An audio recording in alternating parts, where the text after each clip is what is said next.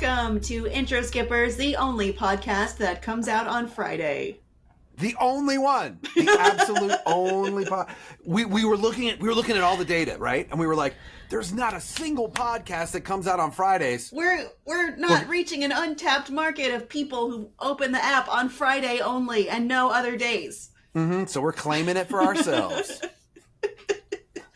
No, we moved the date because it just works easier with our schedules. There you go. Yeah. There's the secret behind the scenes information. That is so complicated and juicy. Anyway, now that we got that awkwardly out of the way, we're going to talk. We're going to talk about It, Welcome to Derry. So I first found out about this when I was doing promos for IGN FanFest. And one of the lines was, now get ready for It, Welcome to Derry. But he kept saying, get ready for it. Welcome to Derry. And I thought, wow, this is a very confusing title. And it's hard to fit it into a sentence properly. It is. It is. Oh, man. It is.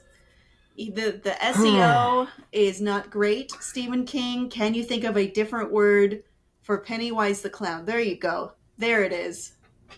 Just call it Pennywise? Well, I mean, what the show is about is not necessarily Pennywise. I think... No. So, I'm going to let you in on something. I watched the first 3 episodes of this show.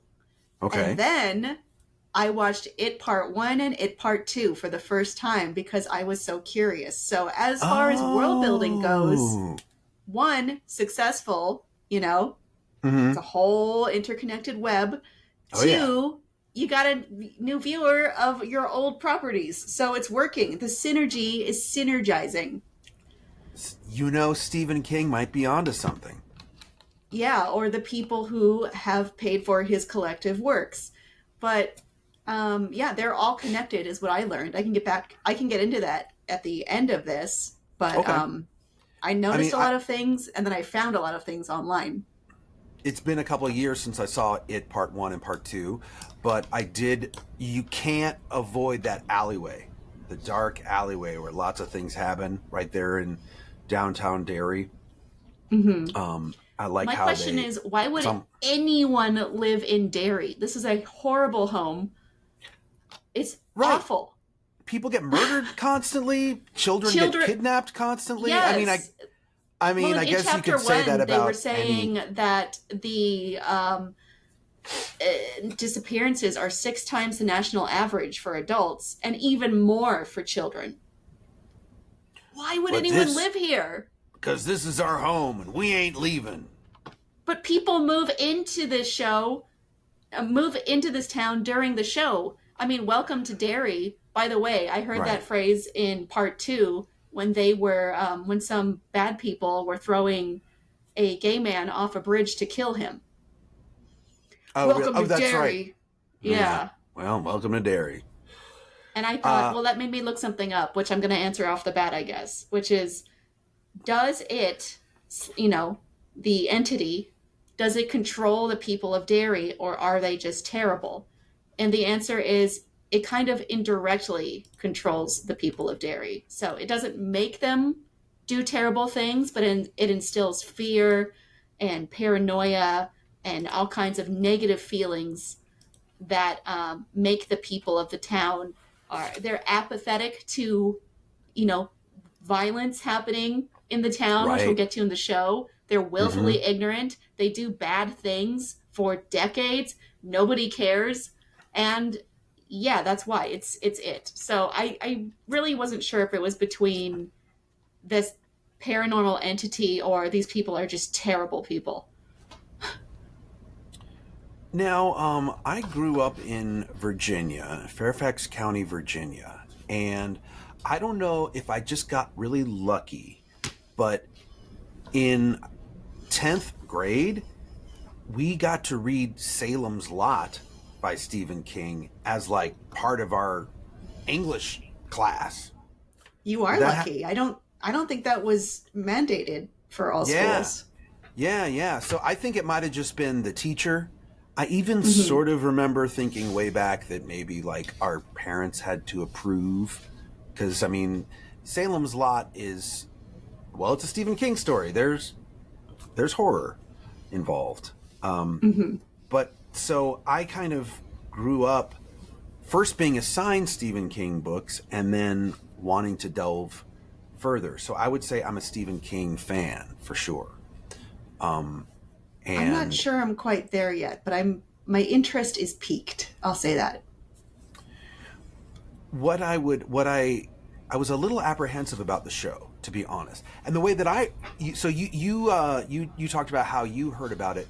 The way I heard about it was I follow the creator of the show Dark, which is one of my favorite TV shows of all time. It was a German Austrian production that you can watch on Netflix. Did you ever see it? Yeah, It's one of my partner's favorite shows, but I've never yeah. seen it. Okay. Well, we're gonna have to sit you down and make you watch it sometime because it's Can't pretty you just great. do the podcast with him? It's got a great begin, no, but you're missing out on amazing cinema. But anyway, he posted about it. The creator, I think his name is like Bodon Bo. I can Bo. He has a name that I can't remember right now, but I follow him on Instagram, and he posted about it and like congratulated the team. So I'm wondering if like either maybe he's going to direct an episode or part of his team wrote on it. I couldn't find a connection yet between the two, but I also didn't look that deeply. But that's how I found out about it, is from his Instagram.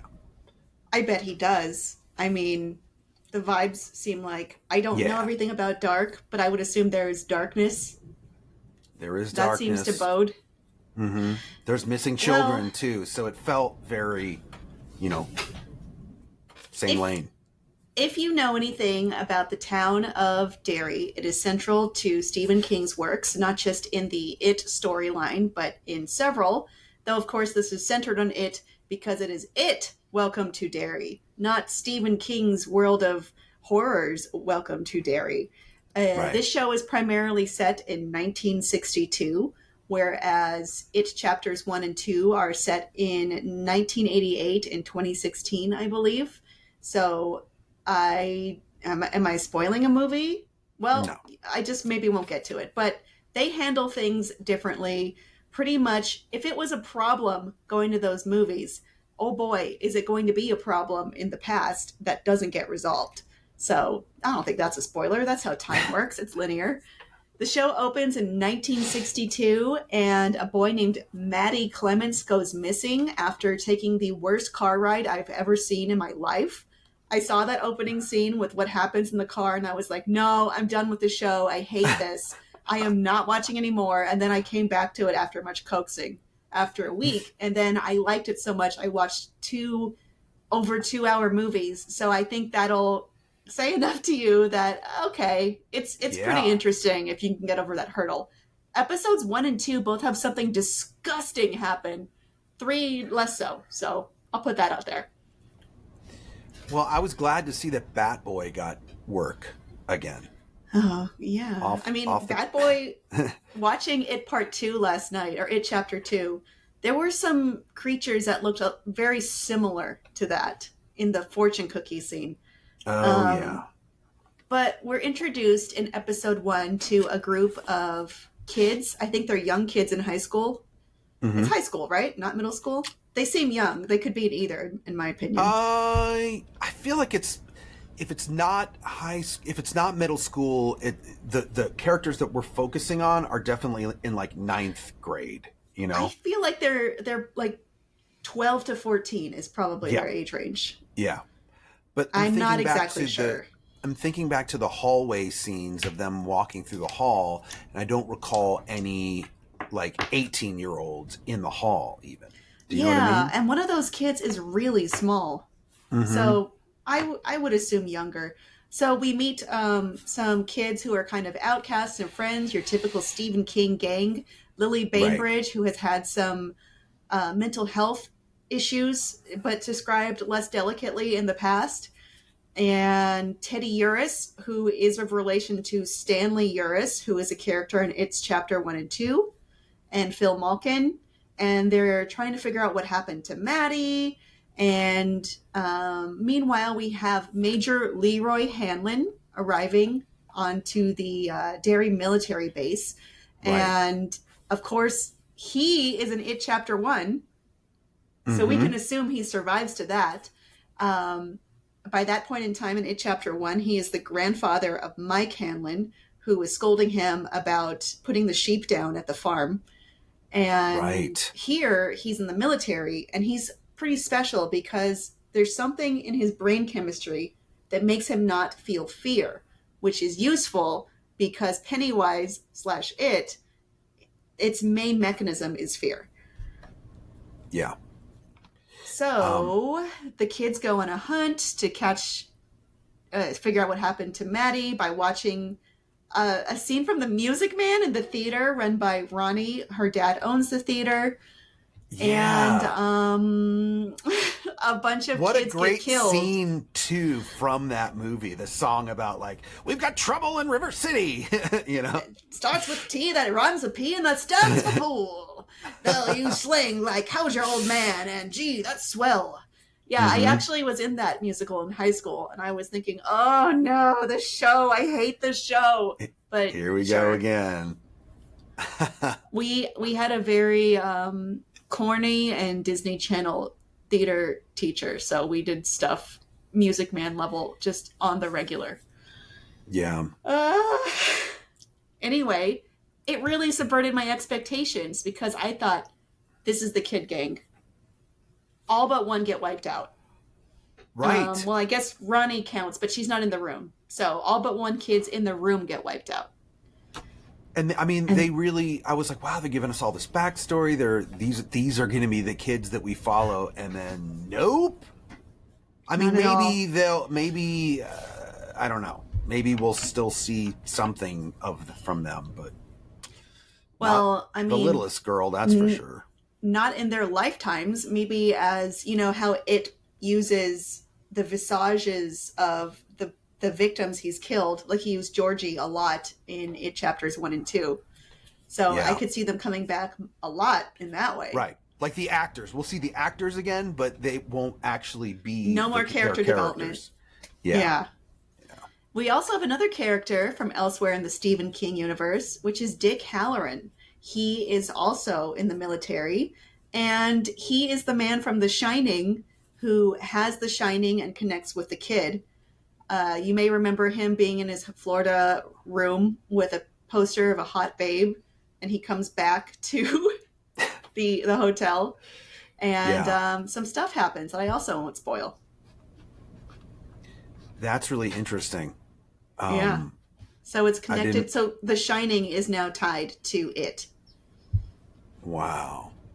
Do you think Stephen King meant for that to happen, or is this more of a artistic license that the producers are taking? I think he's at least cool with it because a lot of his stuff crosses over multiple ways in different, book to book, and then there's a central connecting book in the middle. But I will get down to the Easter eggs I found later. Okay. But in general, I will say subverting my expectations there really worked for me, and it made me more interested in the show, enough to come back after that horrible scene in the car that opened the series. It was so gross. Oh, I hate it. If you want to know what triggers me, that's that. Really? Because oddly, okay, I recently, around Halloween, we decided, we're like, what's this Terrifier all about? Let's see what all the hubbub is about. Let's watch one of the Terrifier movies. And we started to watch the first one, and then we realized, we read some reviews, and it said, don't bother with the first one, watch the second one. So we watched Terrifier 2. And talk about gross. That's just like constant. I've never seen those, and I don't need to. I get it. It's, you know what it is, right? That clown, that weird clown guy. It's Art the Clown. Yeah, Art the Clown. Appeared everywhere during Halloween Horror Nights, I've heard. And when I was walking around on Halloween, I saw a lot of Art the Clowns. Yeah. Art's the Clowns? Something like that. Many people in that costume. Many arts, yes. So that is like nonstop gore. Like everywhere you look, there's gore. So the opening scene in it, I was like, Normal horror. It's not so gory, even though I didn't. I It guess was in retrospect it's pretty disgusting. gory. It Well, was I pretty feel gross. that whoever made this has mommy issues because when we get to episode 2, there's another disgusting mother birth based scene. Ah, Maybe have you seen it? I didn't Is this quite not make the it one there. you've seen? I've seen episodes 1.5 of episode 2. So I Do you have mind not. me talking about it? Please talk about it. Talk about it. Okay. We established Well, long ago that spoilers are okay on this show to each other. even though I didn't spoil a movie that's been out for years, times 2, times 3, actually, part 1, part 2 in The Shining. But Look, anyway, there's this episode could go for a long time. You could spoil it all if you wanted. I know, who knows what I'll do. Mm-hmm. But it got to something that I was afraid it was going to do. And that always like makes me so tired and weary going into a show, which is making the black characters suffer, just suffer and suffer. So pretty much Hank Grogan, who is the owner of the movie theater, gets pinned for the murder of the children, even though he was nowhere nearby and he had an alibi. He's And actually not, is it a he's actually coincidence? not the owner, though. He's not the owner of the theater. He's the he's not? the projector operator. He's the because so that's even worse. yeah, because his mom was, when they were discussing the police waiting outside, she said, "You're not the only one with keys to that theater. And what about the owner? You know what I mean? So there is an owner of that theater. He's just the projector. So it is much worse because he, again, he's conspicuously one of the few black people who lives in Derry. I mean, I'm not counting anyone from the military because they don't live there. They're just stationed there. Mm-hmm. And it's like, how much... This is why I don't like things set in the past because, you know, people like, they have 50s nostalgia, all this like, oh, the past was so good. But it's like, yeah, the past was good unless you were a person of color, unless you were gay, unless you were Jewish, you know, anyone outside of what is the convention of the time is going to have a hard time. And this is why I have so much trouble with nostalgia based things or period pieces set in a very specific period in America, which is that there's going to be horrifying consequences for any people who are not considered, you know, to be the conventional people of the era. Let's just say white straight people who are Protestants, which is what it was. And it drives me crazy. And it's just like, this man clearly didn't do it. And yet they are going through painstaking trouble to pin it on him. He wasn't there. There were so many other people who have culpability at the same level as him. And yet the police detain him and they put pressure on, in this episode, Lily to implicate Hank into having done it. But she won't do it because she has a history with the, well, at the time they call it the asylum. And everyone thinks she is unreliable. And people don't believe her, and she's worried that if she says what really happened, which is horrible monsters came out and killed the kids, that she'll be thrown back in and they won't believe her. Which, I mean, yeah, that is probably what's going to happen. But it's hard for me in that level. There's horror, as in spider bat babies, and there's horror at institutionalized racism. And... one is a lot more real than the other, and one affects me a lot more than the other. And I said the other one affected me a lot.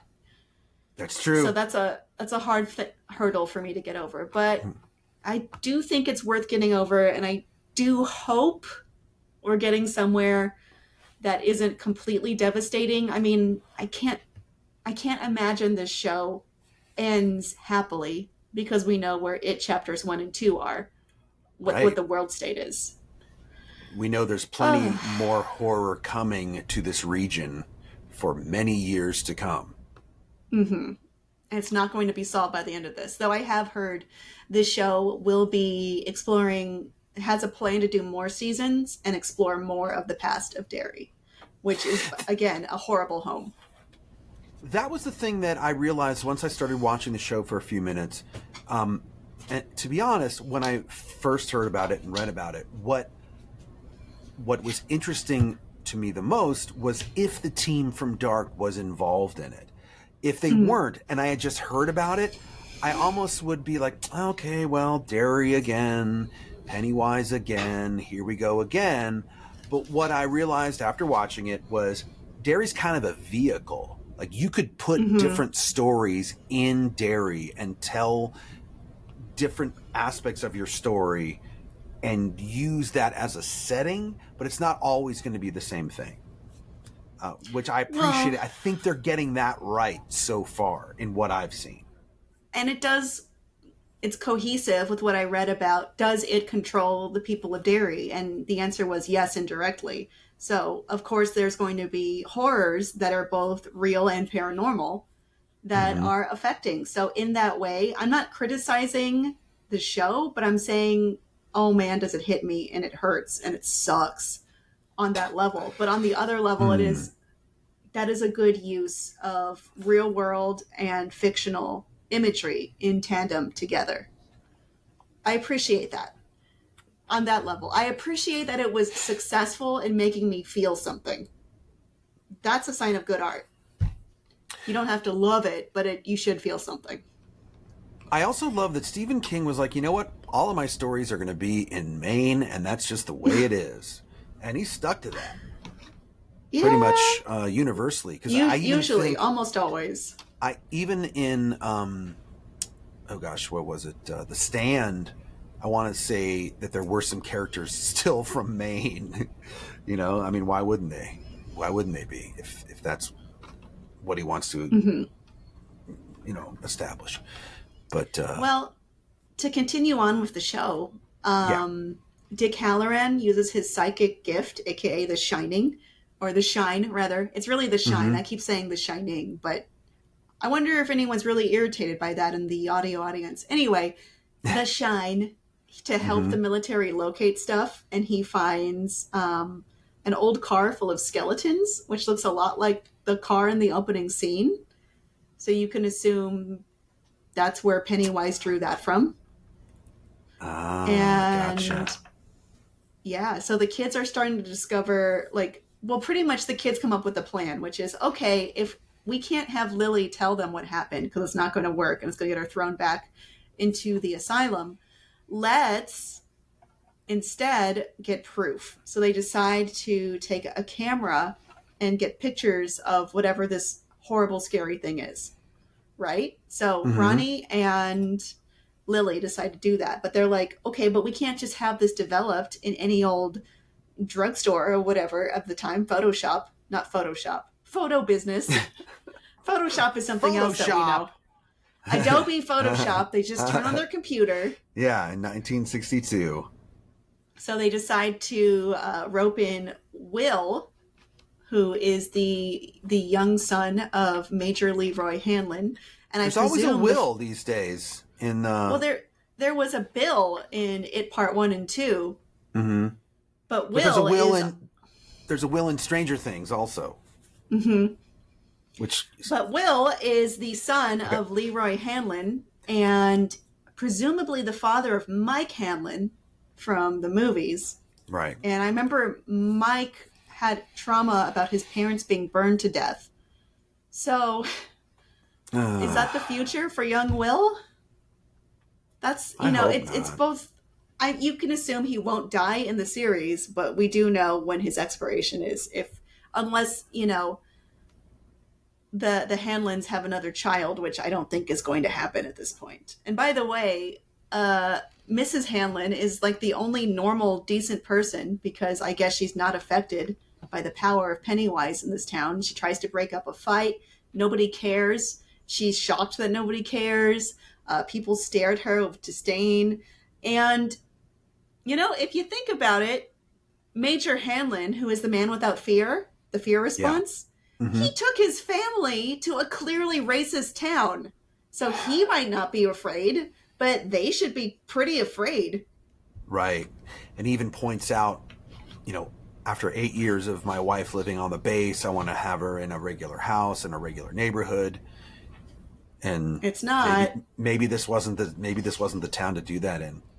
Speaking Nah. of fire, the scene where in episode 1, the scene where Major Hanlon is being beaten up and somewhat interrogated falsely, as if these were three Russian agents trying to get information out of him. Mm-hmm. When his buddy finally opens the door and rushes in, if you have a chance, go back and look at that scene, because the light behind him initially looks like a fire to me. I thought, oh, Oh. is the rest of the building on fire? Then when they go back to the buddy, it's more just like an orange glow from the light, but it almost looks like licks of flame. I really feel like they did that on purpose, some sort of foreshadowing, perhaps. Well, we do know Will die in a fire, and some foreshadowing is when they get to. So you haven't seen this yet in episode 3, No, but part of it is back in 1908, which is another Pennywise cycle, I think. it's got to be. Young Francis Shaw has a really scary experience at a carnival that features Pennywise the dancing clown, and he sees a man called the Skeleton Man who really rattles and shakes him, and he runs away. No, yeah, he runs away. His dad gives him a slingshot, and he goes, "Let's go, boy!" And they get in their old 1908 car, and it breaks down in the woods, and they need water. So the dad gives him, like, I think 4 cents, and he goes to buy some water from a very Yeah. conveniently placed, in my opinion, though I don't think it's sinister, a stand that sells water, and it's a bunch of native children. They say it's a nickel, and he goes, "I got 4 cents," and they go, "What's that slingshot?" And Oh. he trades it to the girl. Her name is Rose, and they become friends slash have a little, Oh. baby Okay. romance, because Okay. they're young. Yeah. And later on, well, this episode jumps all over the place. So back to the present day, Lily, who visited Juniper Hill, which is the asylum, which appears in other works of Stephen King, by the way. Yes. um That she is teams up. consistent, by the way. That is consistent with a lot of his books, where he'll have. When I was reading the Tommyknockers, there was a scene from another book. Just for a moment, you saw something that happened in one of his other books, just as sort of flavor. So he loves to do that. Hmm. So she teams up with Ronnie, Will, and Rich to get a photo of the monster or whatever scary thing is happening. Mm-hmm. And they attempt to do a ritual and a ceremony. Rich pretends like, "Oh yeah, my Tio he does Santeria. We used to, like, I know all about how to talk to spirits." He does a ritual. He's making it up. Rich is kind of a liar. You know how kids are liars. Well, he's one of them. Sure. And it goes badly, and ghosts chase them. The ghostly visages. I never used that word as much as I've used it today. As of the kids who were killed, and other characters follow them around, and they're chased by Mm. ghosts. It looks very Haunted Mansion because the ghosts are blue. And Okay. it's not that scary to me because it's like, Maybe all why are they ghosts were blue? blue in the 60s. Right. Or maybe they were blue in the Haunted Mansion, which was new in the 60s. At Disneyland, I mean. Mm-hmm. Uh, so also on the adults military base, Dick Halloran is sent. Oh yeah, previously he uses his vision previously he used his vision. Sorry, I'm stumbling. That's To okay. find the car, but now he has the slingshot that Francis Shaw had in the opening, and we realize Francis Shaw is the general who has been directing Halloran and Hanlon and all the other soldiers, and helping them out. And he has a greater knowledge of what is it and Pennywise, because he does experience it in the past. It's a kind of a scary scene, but pretty much he runs into the woods in the past and he's not supposed to. And Rose, who is the native girl he's friends with, is like, "No, don't." And he goes anyway. And the entity, it, like, chases him down and is about to kill him until Rose uses the slingshot to stop it. And they get out, and she pretty much says, "Oh, it's bound to the woods, so it can't get out of the woods." That's new, right? Because in Right. the It movies, it can definitely get out of the woods. Oh, yeah. So Yeah. either she was wrong or he discovered a way to become unbound. No, she's right, because it doesn't leave that area. Okay. However, the graveyard where the kids went is technically in the woods. So, Oh, man. yeah. Anyway, but the point I was getting to was Dick Halloran uses his shine power to see a sewer, a cistern even, and a circus wagon that definitely appeared in It Chapter 2 that says Pennywise the Dancing Clown, has the pictures. Pennywise notices him and says, "Who are you?" and nearly kills Dick Halloran, but the other guys save him.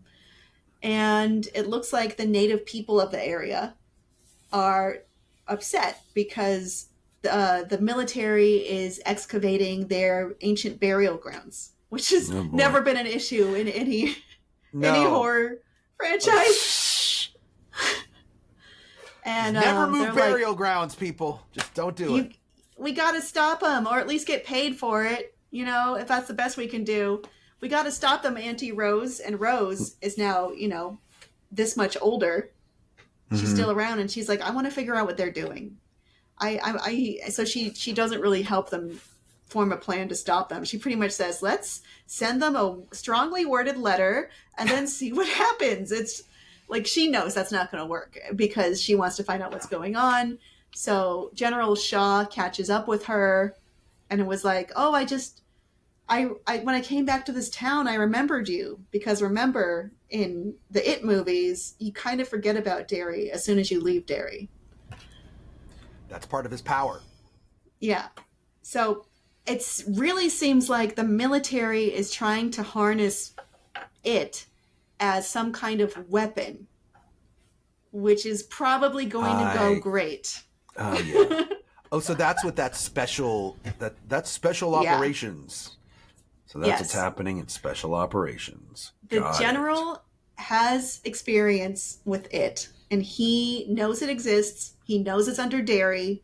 He knows it's ancient, and he knows it causes fear. And he wants to harness this. And that's what this super secret division that includes one man with the shine and another man with the power to never feel fear is intended for. And I wouldn't expect this to succeed. I'll just say that. The Cold War was not ended with it. No. Well, but maybe it was and we just don't realize it. You never know. It could be indirect. Yeah. They did say that his influence, or its influence, is indirect. It causes feelings and vibes more so than direct action. And so while I was watching the It Chapter 2, someone mentioned the phrase, like, of all the different Pennywise cycles, someone said the black spot of 1962. This show is set in 1962. What is the black spot? Do you know? Find out. No. I don't know. I didn't read the book. I did, but it was so long ago. But I did read it.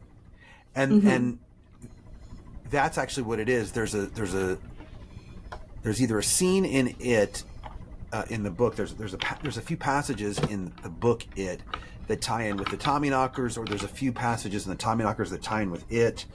But I've got to think that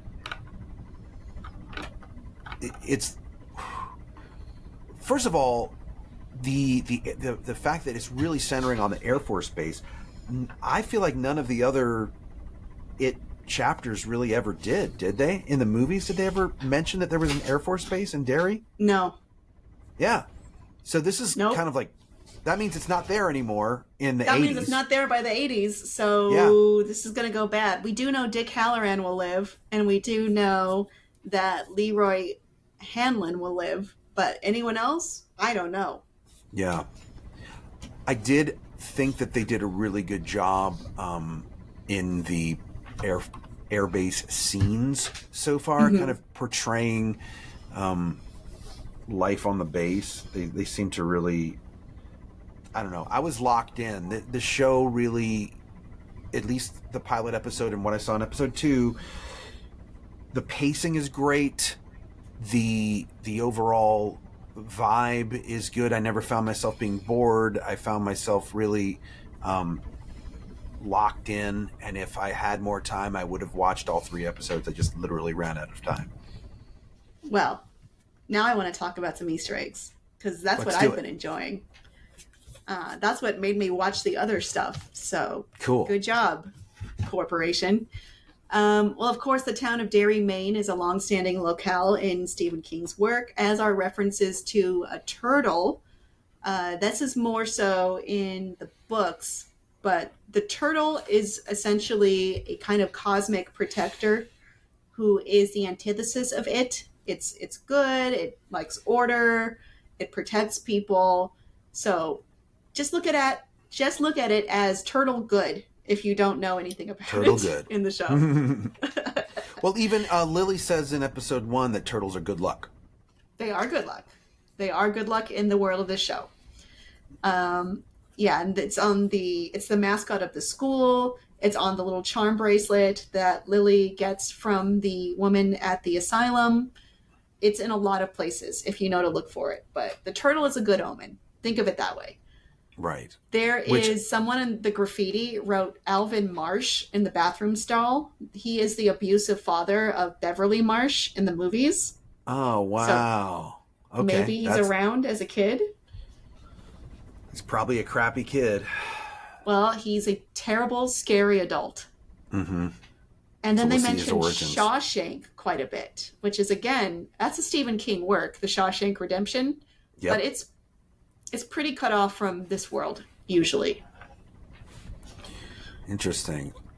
Let's see. We also have cans of Calumet baking powder on the shelves. This item appears in The Shining, in the famous pantry where they lock up Jack.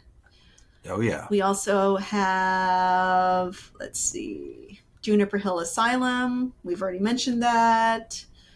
Episode 3, we have the slingshot as a weapon that has appeared in the books before as something the Losers Club uses to fight it.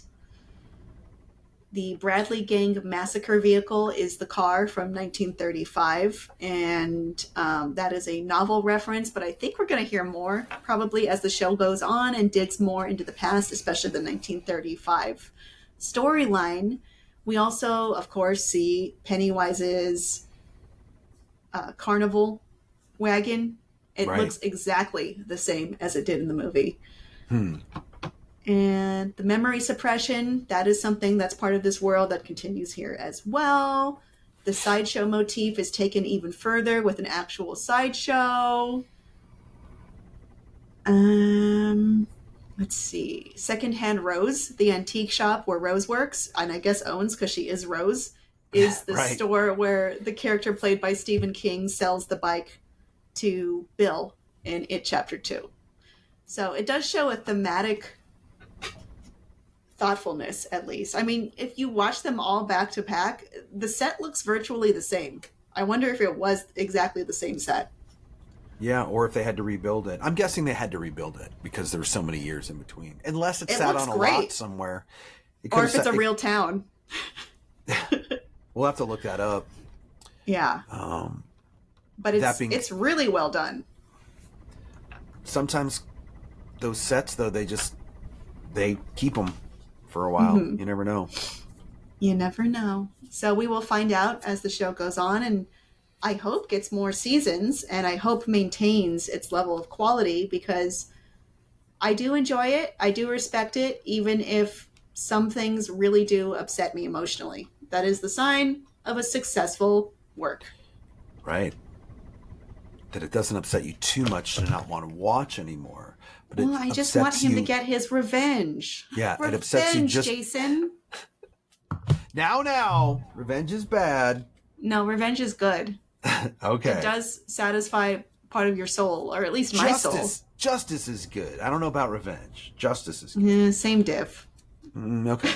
All right. What I do want to know is, why do they care so much about the Paul Bunyan monument, and they call the town home of Paul Bunyan? Isn't Paul Bunyan a fictional character? He is, and they're like, no, but Paul Bunyan, he was an American hero. I'm like, I think that's not real or based on anything. Yeah, when she goes to the butcher shop and the lady's that statue needs to come down immediately. Well, we'll let the pigeon sort it out. That's what I always say. Well, it is there in the movies, and it plays a very central part. I don't know why this is important, but Paul Bunyan's a fictional character. There was no giant man with a giant ox. I mean, it'd be funny if they based it off of an unusually tall man who happened to have an ox, but is that worth it? I don't know. Yeah. That's wild. Is his birthplace Derry? Is his fictional birthplace Paul fictional Bunyan Derry? Statue. Okay, the Paul Bunyan statue exists in the Kenton neighborhood of Portland, Oregon. Okay. Yeah, see, I never thought he was from Maine. I never thought he was from Maine. I thought he was from the Pacific Northwest. Well, the other Portland in the other state seems to claim him. Well, all right. I don't know. Sure. I wonder about that. I mean, I want to look up if Stephen King has mentioned this in interviews before, but I'm down for the ride. I would say the show isn't perfect, but it does do a good job of bringing the scares and building a bigger world. And I'm waiting for Bill Skarsgård to show up because, damn, I respect that guy. He is really, really good in the movies, which I did watch. You know, I watched one day and one the second day. He is a producer on this show. And IMDb lists him as being in all the episodes. So where is he? Unless that's maybe just like a red herring to say that everyone's in all the episodes so that you don't. There's a hint of him in episode 3, but it doesn't necessarily need to have been Bill Skarsgård because he doesn't. You know, it's a hint. It's not him doing a whole scene about eating children, which are very chilling. That Skarsgård family, you know. Yeah, they're great. Yeah, I'm only familiar with Stellan, Alexander, and Bill, but I like all 3. Yeah. Well, I think we have wound down our episode of It, Welcome to Derry. Of the first 3 episodes at least. Maybe we'll do an end-of-season check-in if the standards remain and improve. Yeah. And then everybody can kind of listen along that watched season 1 and maybe share their comments with us. Yeah, I actually want to know more about Derry and the questions I had and better connections to the extended world that Stephen King has built. Because now I kind of want to read it, though I've heard many people I know complain that they didn't enjoy the books and they enjoyed the movies more. Interesting. Yeah. I guess it really depends on what you were exposed to first, I would say. Mm-hmm. But yeah, check it out. Maybe listen to the audiobook when you're driving around in LA because we're always in our cars here. And there's always something to listen to. I mean, not even all the books are hits, so... True. I'm more inclined than I've ever been before. I'll say that. Okay. Yeah. You're coming around. All right, everyone. That does it for this week's episode. We're coming around. Let us know what you think about It, Welcome to Derry, and the larger world of It and the Stephen King world in an email or a comment. No, actually, don't leave it as a comment. It's going to be confusing. Unless you're on YouTube, then definitely leave it as a comment. Yeah, all right. We'll read it. Thanks. Read it. See you next Friday. Boom. Bye. Intro Skippers with Jason Charles Miller and Kim Horcher is produced and edited by Kim Horcher and Jason Charles Miller. The name order doesn't really matter. Additional writing by Kim Horcher. Theme song and incidental music by Jason Charles Miller.